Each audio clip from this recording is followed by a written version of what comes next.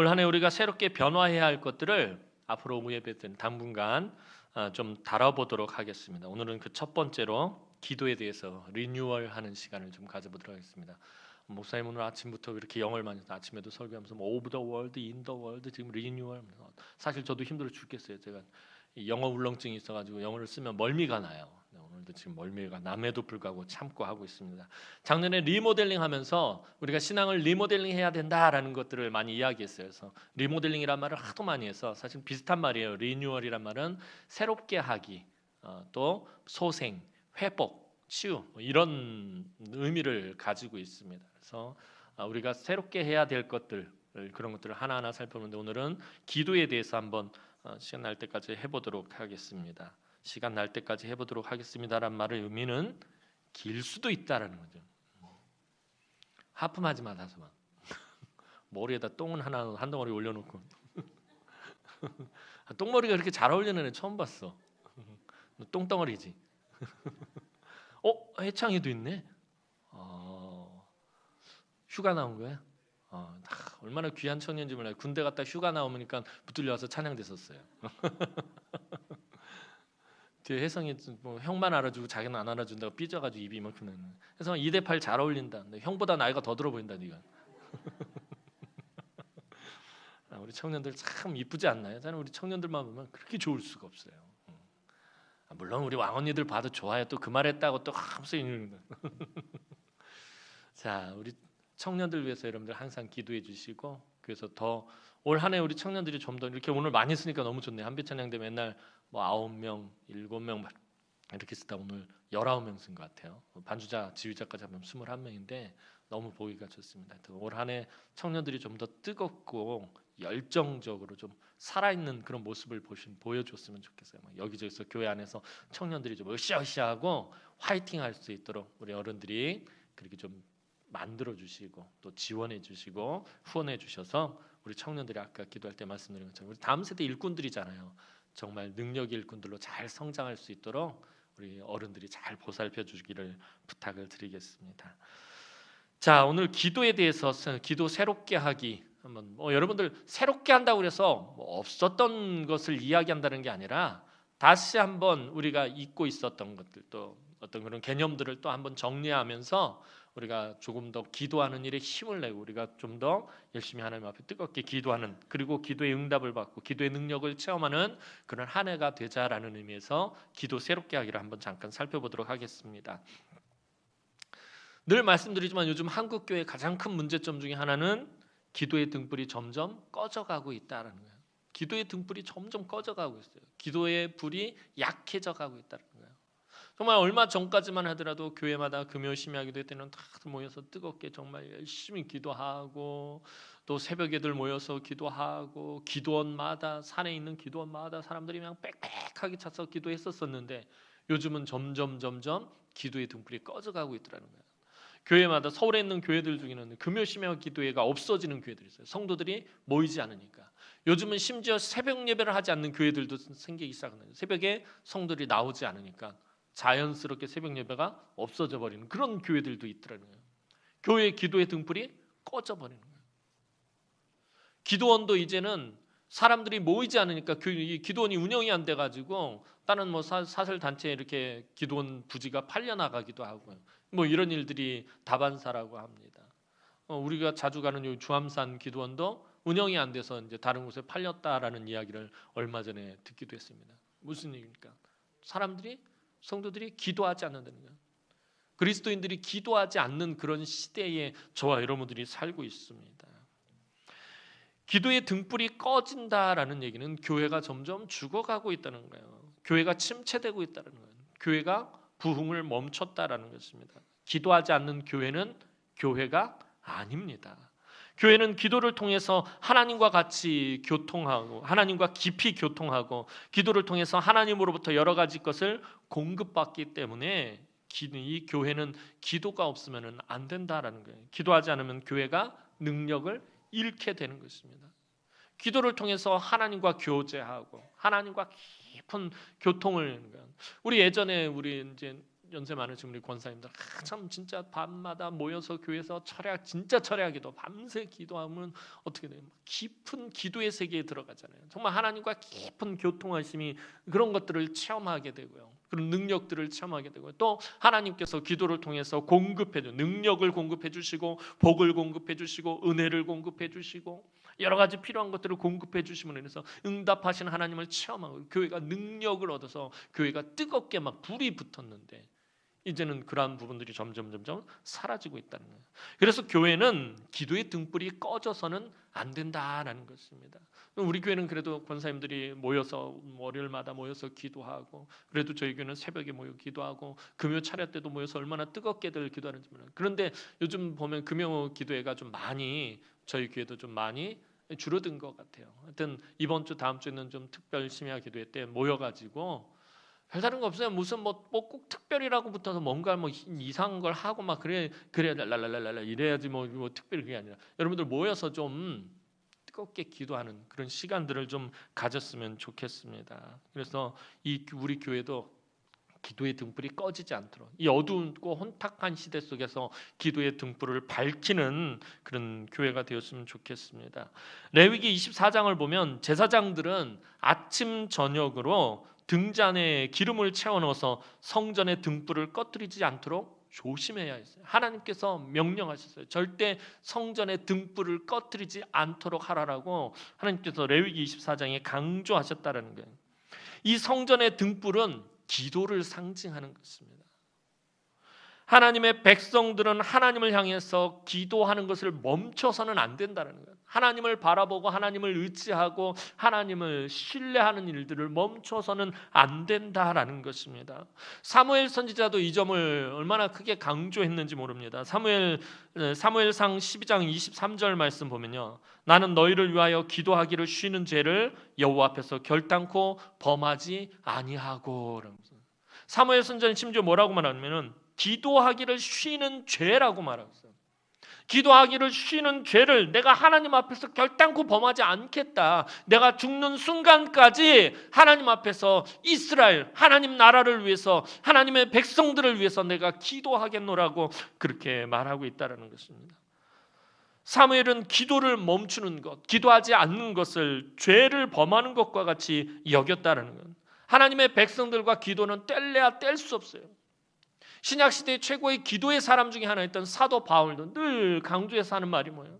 쉬지 말고 기도하라는 거예요. 쉬지 말고 기도하라는 거예요. 자, 쉬다라는 말의 반대말이 뭘까요? 쉬다라는 말의 반대말. 다솜이하고 눈이 딱 마주쳤네. 다솜 미안하다 다솜아. 쉬다라는 말의 반대말. 응? 일하다. 빙고. 맞아요. 쉬다라는 말의 반대말은 일하다라는 말이에요. 그러니까 쉬지 말고 기도하라라는 말은 뭐예요? 일할 때마다 기도하라. 모든 일에 앞서서 기도하라. 모든 일을 하기 전에 기도하라. 우리의 모든 삶 가운데서 무엇을 시작하기 전에 항상 기도하라라는 말이에요. 이게 하나님의 뜻이다라고 사도 바울이 말하고 있다는 거예요. 그러니까 사무엘하고 같은 맥락이에요. 사무엘도 내가 하나님 앞에서 기도하기를 쉬는 죄를 범하지 않겠습니다. 내가 모든 일들 가운데서 하나님 앞에 엎드리는 일을 가장 먼저 하겠습니다. 그것을 멈추면 그것이 하나님 앞에서 내가 죄를 범하는 일이 됩니다. 기도하는 것을 멈춰서는 안 된다. 하나님의 백성들과 기도는 뗄래야 뗄 수 없습니다. 기도가 얼마나 중요한 것인지 사무엘 선지자가 우리에게 강조하고 있는 것입니다. 그런데 문제는 수많은 성도들이 기도를 하지만 응답을 받지 못한다라는 거예요. 응답을 받지 못하는 거예요. 목사님 그렇게 기도했는데 응답받지 못했어요 하는 분들이 많다라는 거예요. 사실 제가 서울에서 청년들 사역을 하면서 청년들한테 늘 강조했던 게 뭐냐면 기도 수첩을 만들자. 그래서 연초에 항상 기도 수첩을 나눠주고 기도 수첩을 만들었었어요. 그래서 장기 기도 제목, 단기 기도 제목, 월 기도 제목, 주간 기도 제목, 일일 기도 제목 적게 하고서 막 그걸 놓고 모여서 기도하게 하고 같이 기도하게 하고 또 문자로 서로 기도하게 하고 막 그러는데 연말이 돼서 사실 그 기도 수첩을 봤더니 거의 90% 이상이 다 응답받았다라는 거예요. 근데도 늘 청년들이 하는 말이 뭐냐면은 기도 응답받지 못했어요. 응답받지 못했어요. 라는 말이 많은 거야. 야, 기도 수첩 한번 꺼내봐. 그래서 자, 연초에 줬던 기도 자, 체크해 보자 그랬더니 이상하다. 응답받았네. 심지어 뭐라고 하냐면 내가 한두 번 기도하고 잊어버린 것까지도 하나님은 잊어버리지 않고 기억하시고 응답하실 때도 있더라는 거예요. 근데 늘 우리의 입은 하나님 응답하시지 않는다는 거예요. 하나님은 내가 그냥 한 번 기도한 것까지, 그리고 나는 잊어버렸어요. 내가 기도하고 그냥 잊어버린 것까지도 하나님은 들으시고 잊어버리지 않으시고 있다가 응답하시고 그것을 틀어주실 때가 있다. 근데 우리의 입은 늘 하나님 응답하시지 않는다는 말이 달려있다는 거예요. 그리고 기도를 멈추는 경우가 많습니다.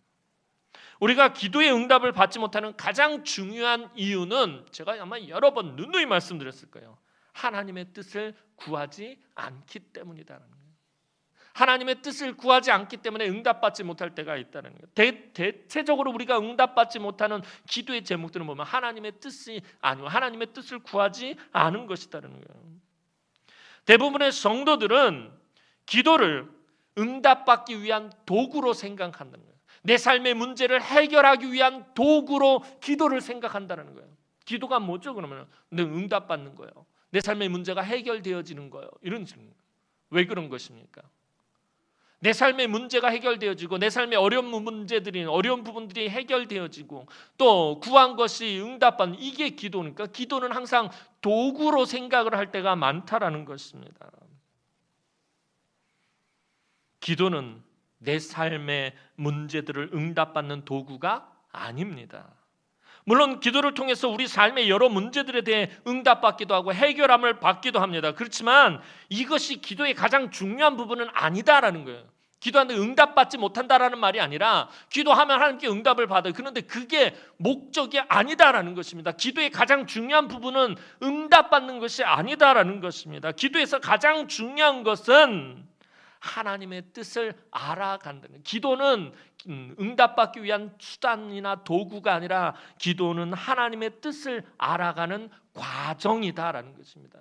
기도를 통해서 하나님의 뜻을 알아가는 것이요. 내가 잘못 가지고 있었던 나의 뜻, 나의 생각, 나의 고집들을 수정해가고 고쳐가면서 하나님의 뜻을 알아가는 과정이 바로 기도라는 것입니다. 그렇기 때문에 우리는 자꾸 응답을 받지 못했다고 불평과 원망과 실망을 하게 되는 것입니다. 사도 요한도 오늘 본문에서 그 점을 분명히 하고 있습니다. 오늘 본문 말씀 요한일서 5장 14절 말씀 우리 다 함께 읽도록 하겠습니다. 시작.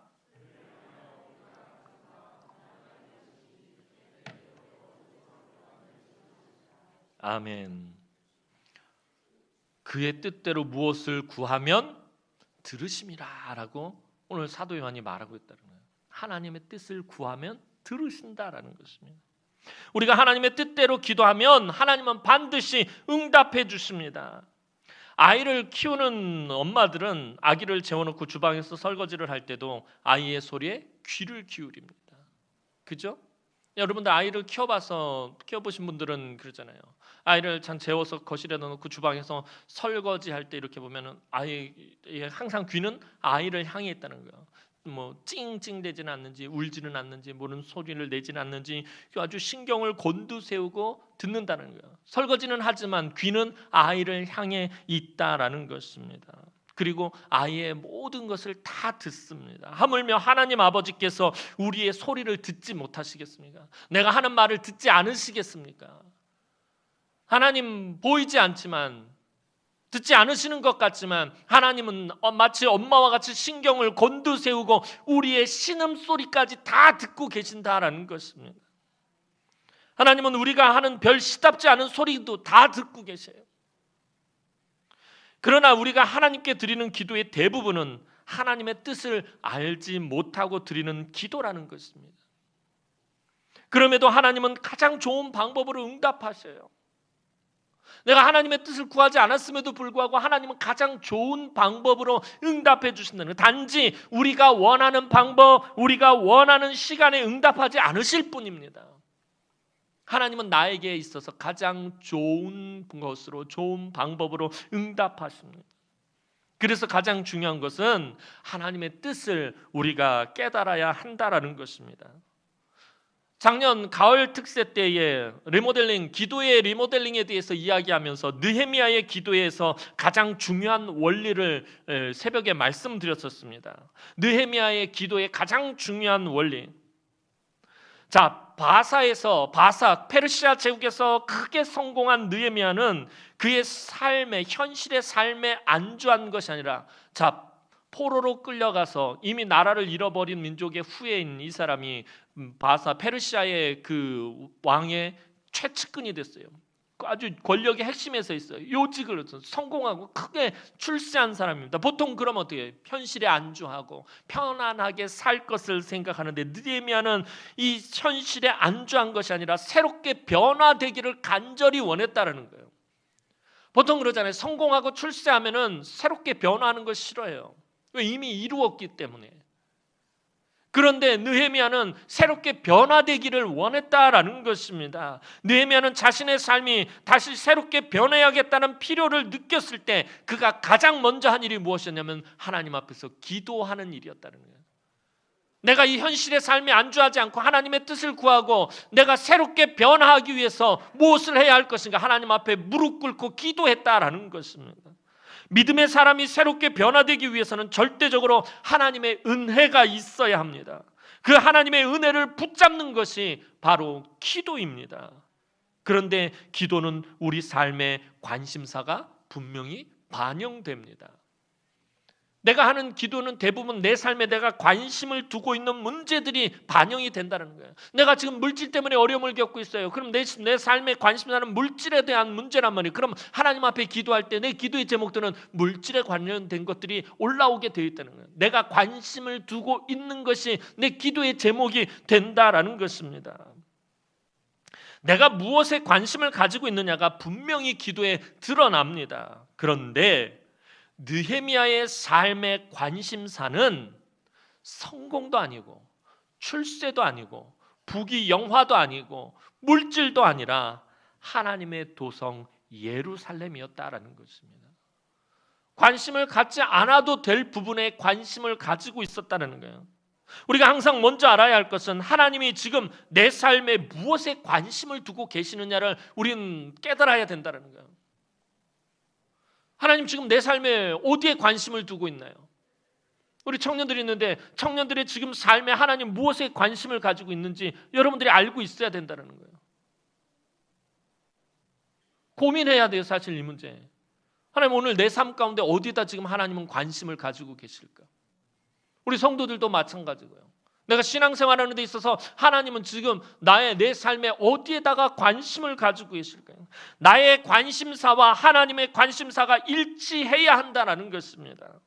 느헤미야는 하나님이 관심을 가지고 있는 일에 관심을 보인 사람이었다는 것입니다. 하나님 지금 무엇에 관심을 가지고 계실까? 내 삶에 있어서 하나님 지금 무엇에 관심을 내가 무엇에 관심을 갖기를 하나님은 원하고 계실까?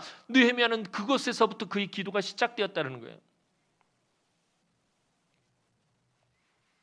느헤미야는 하나님이 관심을 가지고 있는 일에 관심을 보였고, 그래서 하나님은 느헤미야를 선택하셨고 그를 부르셨고 그를 사용하셨습니다. 사실 느헤미야가 기도하는 그 출발점은 모든 것이 허물어진 자리였고 모든 것이 불에 탄 자리였던, 아무것도 남지 않은 다 허물어져 버린 그런 예루살렘이었습니다. 그럼에도 그는 그 자리에 관심을 가지고 기도하기 시작했어요. 예루살렘에 관심을 갖기 시작했어요. 자기의 조상들의 살았던 곳, 조상들이 하나님 앞에 매달렸던 곳, 그 예루살렘. 그런데 이미 성전도 다 회파되고 성벽도 다 무너지고 아무도 살지 않고 다 불에 탄 그냥 폐허더미, 그곳에 느헤미야는 관심을 가지기 시작했다라는 것입니다. 왜냐하면 하나님이 거기에 관심을 가지고 계셨기 때문이었습니다.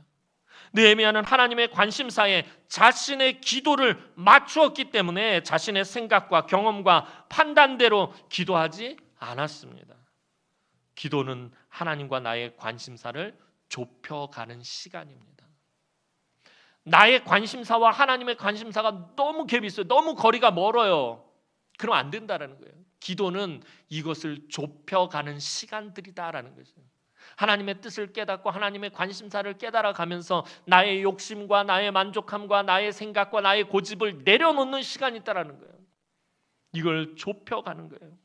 하나님이 응답하시지 않고 기다리시는 시간을 통해서 우리를 하나님의 뜻에 더 가깝도록 하나님은 이끄신다라는 것입니다.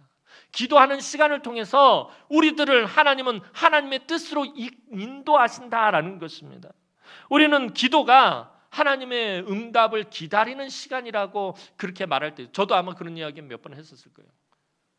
하나님이 응답하실 때까지 기다리는 시간이다라고 우리는 기본적으로 그렇게 생각하지만 오늘 말씀을 묵상하면서 다시 생각했더니 뒤집어지게 됐어요. 사실 기도는 내가 하나님의 응답을 기다리는 시간이 아니라 하나님이 우리를 기다리는 시간이다라는 거예요.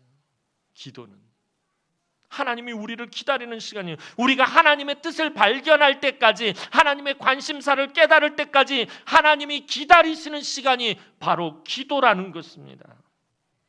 이런 기다림의 시간을 통해서 나의 욕심과 나의 이기심과 나의 만족함이 포기되고 하나님의 뜻을 깨닫고 붙잡게 될 때 비로소 놀라운 응답이 나타나는 것입니다. 대개 이때는 나의 모든 것을 다 십자가에 못 박고 나는 죽고 없어지고 오직 하나님의 뜻만을 구할 때입니다. 기도에 응답이 없다고 낙심하지 마시기 바랍니다. 하나님의 때가 되어 하나님의 뜻을 깨닫게 되면 반드시 이루어지게 된다라는 것입니다.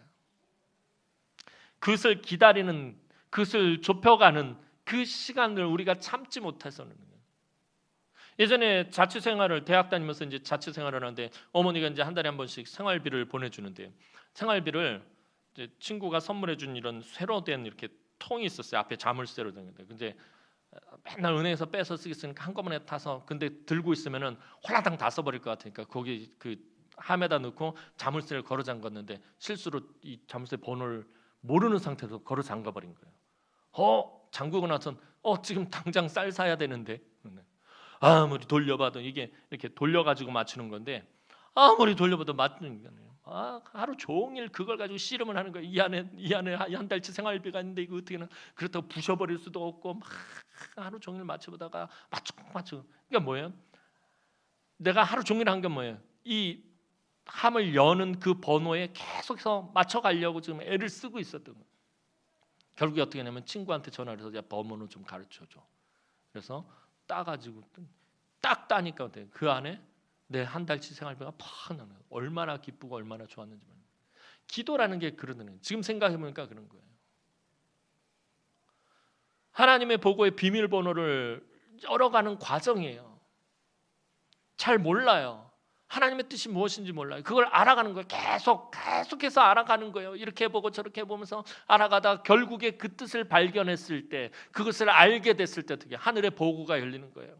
하늘 문이 열리는 거예요. 그러면 풍성한 은혜가 쏟아지게 되는 거예요. 근데 그 과정들을 우리가 자꾸 도외시한다는 거예요. 왜? 힘드니까. 너무 편하게 신앙생활을 하려다 보니까 기도도 편하게 하려고 합니다. 예전에 보니까 이 무릎 꿇는 게 힘드니까 무릎을 편하게 꿇게 하는 의자가 있더라고요. 보니까 난 희한하더라고요. 그걸 이렇게 딱 대고 이렇게 앉으면은 편하게 무릎을 꿇을 수 있는 거예요. 막 그런 것까지 있어요. 이 세상에 그럼 뭐하러 무릎을 꿇고 기도하냐는 거예요. 그러려면 그냥 누워서 그냥 편하게 기도하지. 왜 그런 것까지 만들어 가지고서 무릎을 꿇고 그러고 기도를 하는 거예요.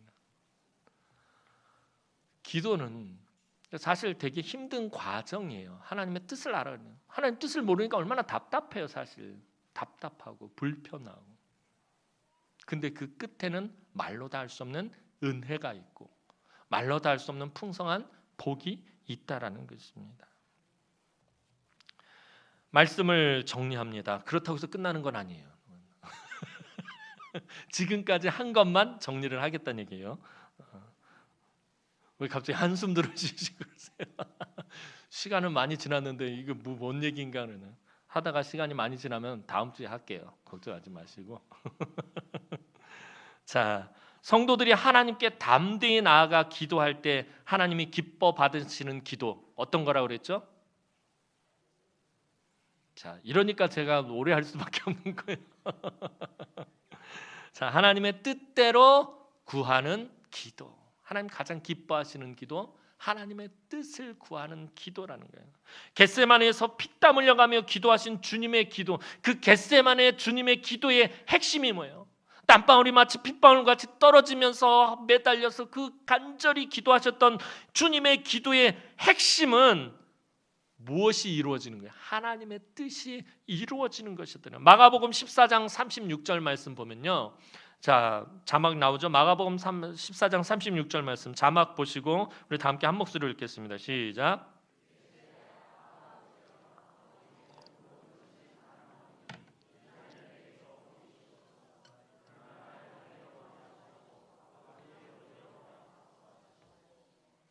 자, 이게 예수님께서 겟세마네에서 하신 기도의 핵심이에요.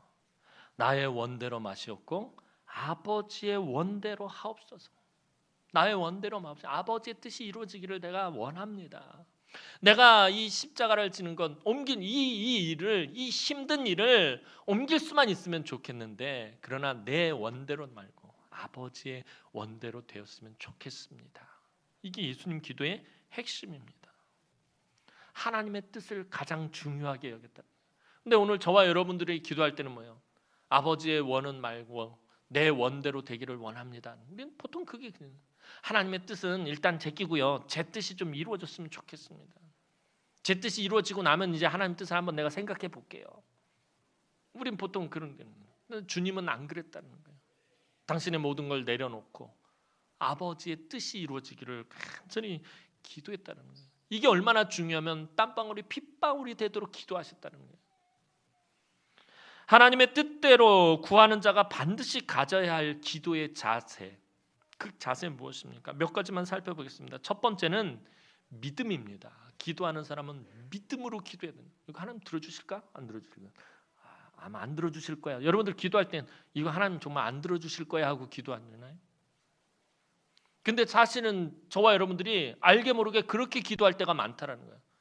하나님 안 들어주시면 말고, 들어주시면 좋고, 그래도 되고 안 그래도 되고, 그래서 되고.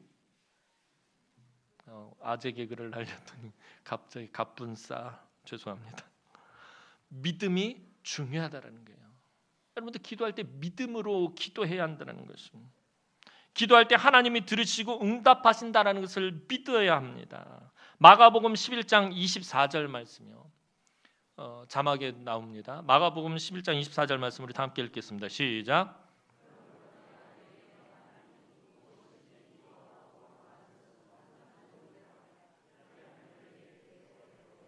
자, 그러므로 내가 너희에게 말하노니 무엇이든지 기도하고 구하는 것은 받은 줄로 어떻게 하라? 믿으라. 그리하면 너희에게 그대로 되리라. 믿은 대로 된다라는 것입니다. 자, 기도에 있어서 가장 중요한 자세는 믿음으로 기도하는 거예요. 믿음이 없이는 하나님 기쁘시게 못한다고 그랬어요. 믿음으로 기도할 때 하나님께서는 그것을 기쁘게 받으시고 들으시고 응답하시는 거예요. 두 번째는 화목입니다. 기도하는 자가 화목해야 된다는 거예요. 누군가를 미워하고 누군가를 분노하고 누군가를 증오하고 누군가를 용서하지 않은 상태에서 기도는 하나님께서 들으시지 않으신다는 거예요.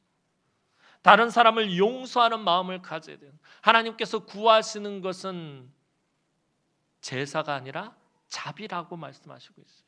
오늘 저와 여러분들이 하나님 앞에 나와서 이렇게 예배할 수 있는 가장 그 밑바탕에 깔리는 게 뭐예요? 하나님이 저와 여러분들을 용서하셨기 때문에, 그래서 하나님의 자녀 삼으셨기 때문에, 하나님의 백성 삼으셨기 때문에 이렇게 하나님 앞에 나와 예배할 수 있는 거예요. 여러분들이 주일날 하나님 앞에 나와 예배당 걸어 나오는 것은 예수 그리스도의 보혈의 피를 밟고 나오는 거예요. 하나님께서 용서하셨다는 그 전제를 밟고 나오는 거라는 거예요. 그래서 하나님께서 우리에게 요구하시는 게 뭐예요? 용서하는 마음이에요. 화목한 마음이라는 거예요. 마태복음 5장 23절에서 24절 말씀 보겠습니다. 자, 자막에 나온 거 다 함께 읽도록 하겠습니다. 시작.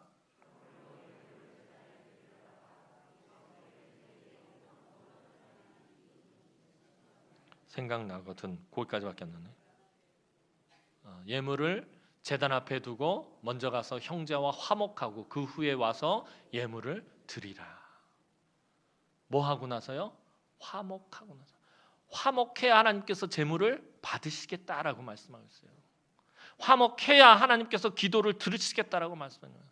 내가 화가 나 있고, 내가 마음이 상해 있고, 내가 누군가를 미워하고, 누군가를 분노하고, 증오하고 있는 하나님 들으시지 않으신다는 거예요. 화목해야 하나님 들으신다는 거예요. 하나님은 평강의 하나님이시기 때문에. 세 번째는 겸손입니다. 하나님 가장 싫어하시는 게 뭐죠? 교만이에요. 교만은 멸망의 선봉이다라고 말하고 있어요.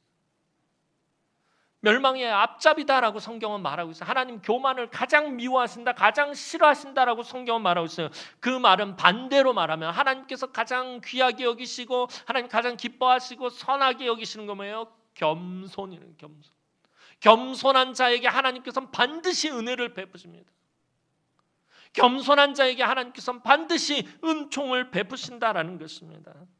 하나님 앞에 기도하는 자는 겸손하게 나아가야 합니다. 누가복음 18장 13절 말씀 보겠습니다. 자막에 나온 거 함께 읽겠습니다. 시작.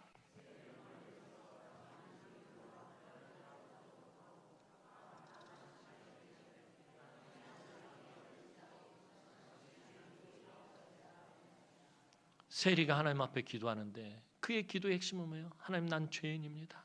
하나님, 정말 더러운 죄인입니다. 자, 이 세리의 기도와 이 상대가 되는 기도가 있죠. 바리새인의 기도잖아요. 바리새인의 기도는 뭐예요? 큰 길가에서 두 손 번쩍 들고 하나님, 나는 11조도 드립니다. 나는 일주일에 2번 금식합니다. 나는 저 세리와 같지 않습니다. 나는 죄인이 아닙니다. 이런 기도했단 말이에요. 예수님 제자들에게 말씀하시는, 하나님께서 누구의 기도를 들으시겠느냐? 세리의 기도를 들으신다는 거예요. 겸손한 자의 기도를 하나님 들으신다라는 것입니다.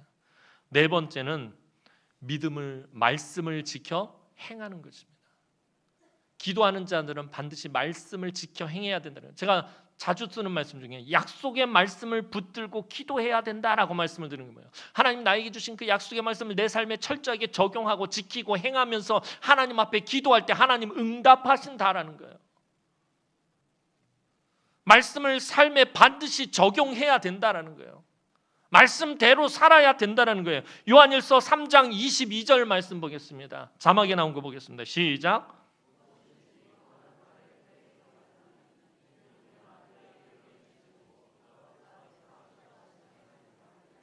아멘.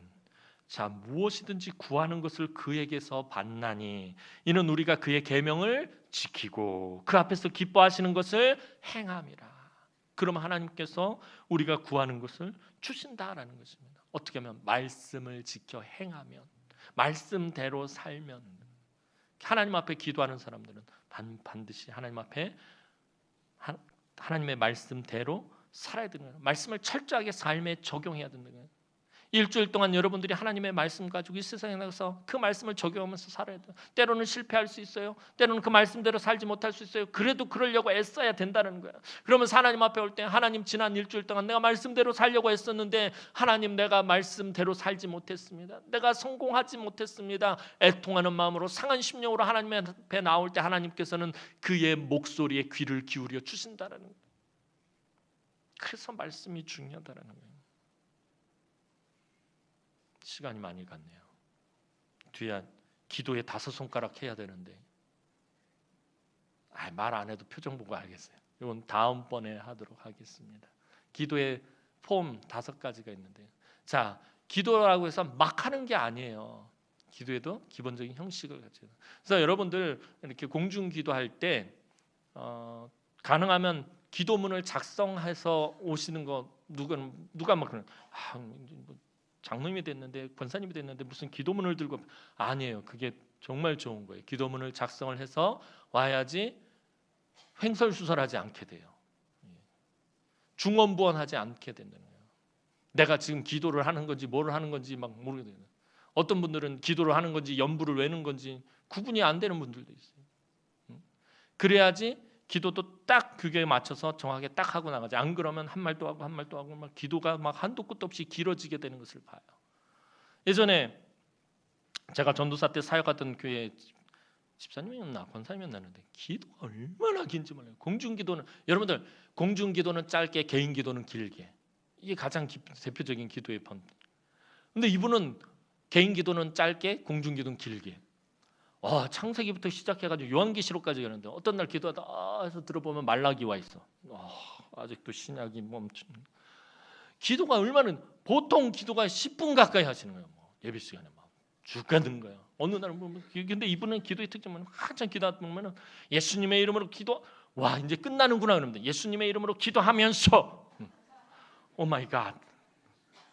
또 한참 기도하는데 예수님의 이름으로 이제 끝나나 보다 기도하면서 예수님의 이름으로 기도하면서는 한 5번 해야 돼요. 어떤 때는 예수님이 그러다가 기도를 갑자기 훅 끝내요. 예수님의 이름으로 기도합니다 하면 그러면 성가대 주의자랑 다들 놓고 있다가 멍하고 서로 한 5초 동안 교회 정적이 싹 흘러요.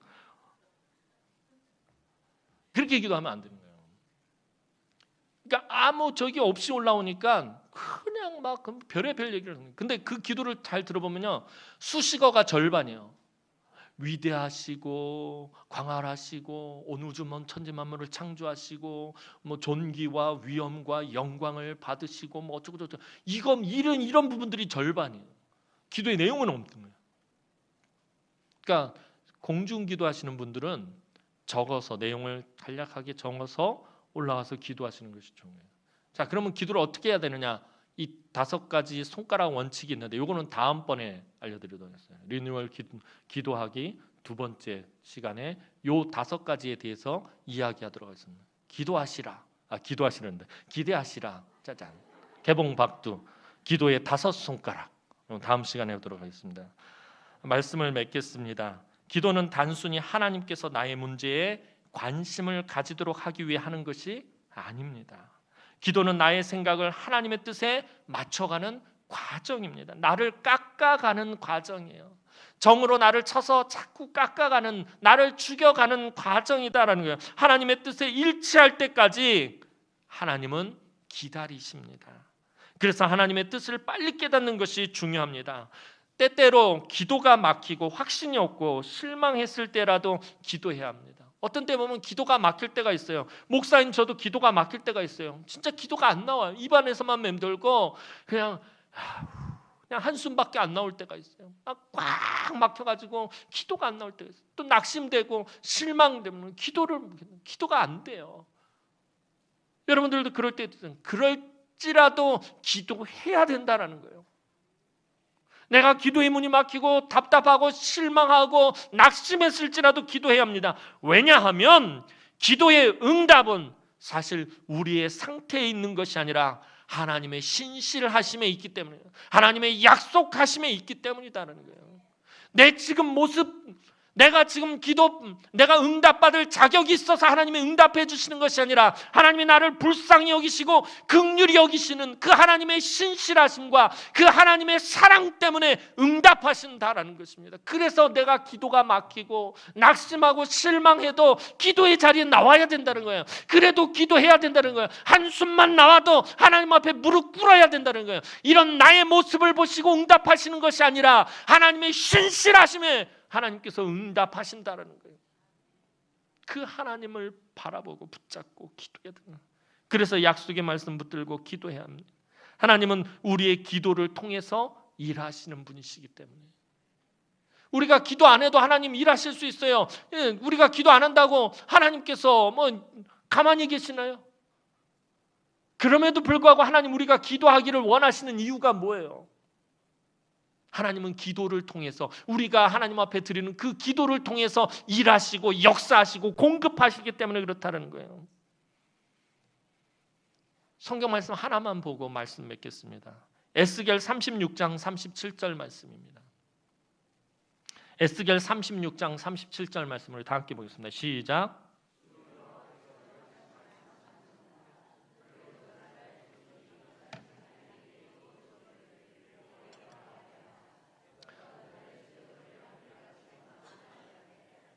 아멘. 자, 하나님이 뭐라고 말씀하시냐면 이스라엘 족속이 이같이 자기들에게 이루어 주기를 내게 구하여야 할 것입니다. 하나님께서 이루어 주기를 하나님에게 구해야 된다라고 하나님 말씀하고 있어요. 하나님의 백성들은 그렇게 해야 된다라고 말씀하고 있어요. 하나님이 허락하신 약속은 그냥 저절로 이루어지는 것이 아니다라는 것입니다. 우리의 간절한 기도로 이루어지는 것입니다. 왜냐하면 하나님은 우리의 기도를 들으시는 분이시기 때문에. 하나님은 약속을 지키시고 뜻하신 일을 이루시는데 바로 당신의 백성들의 기도를 도구로 사용하십니다. 그래서 우리가 쉬지 말고 기도해야 하는 것입니다. 우리의 기도를 통해서 일하십니다. 우리가 기도하기 위해, 여러분들이 기도하기 위해 겸손히 하나님 앞에 무릎을 꿇었을 때 이미 하나님께서는 일하시기 시작하신다라는 것입니다. 올 한 해 기도를 새롭게 함으로 응답받고 하나님의 선하신 뜻이 날마다 풍성하게 이루어지는 복된 삶을 누리시는 사랑하는 주의 귀한 우리 남흥의 성도들, 또 우리 청년들이 되기를 주님의 이름으로 축원합니다. 기도드리겠습니다. 사랑과 은혜가 많으신 아버지 하나님, 은혜와 사랑을 진심으로 감사를 드립니다. 오늘 우리 성도들, 아버지 하나님, 하나님의 뜻을 깨달아야 하고 하나님 내 삶 가운데 무엇에 관심을 두고 있는지 그것을 깨달아 알게 하시며 늘 하나님의 뜻과 나의 뜻을 좁혀가고 더욱더 하나님의 뜻을 구하는, 그러므로 인하여서 하나님 앞에서 크게 응답받는 삶을 사는 우리 남흥의 권속들이 되게 하여 주옵소서. 올 한 해 하나님 기도를 새롭게 함으로 우리가 영적으로 새롭게 변화되어질 수 있도록 하나님과 깊은 교통하심이 우리 가운데 있게 하여 주옵소서. 감사를 드렸고 예수님의 이름으로 기도하옵나이다. 아멘.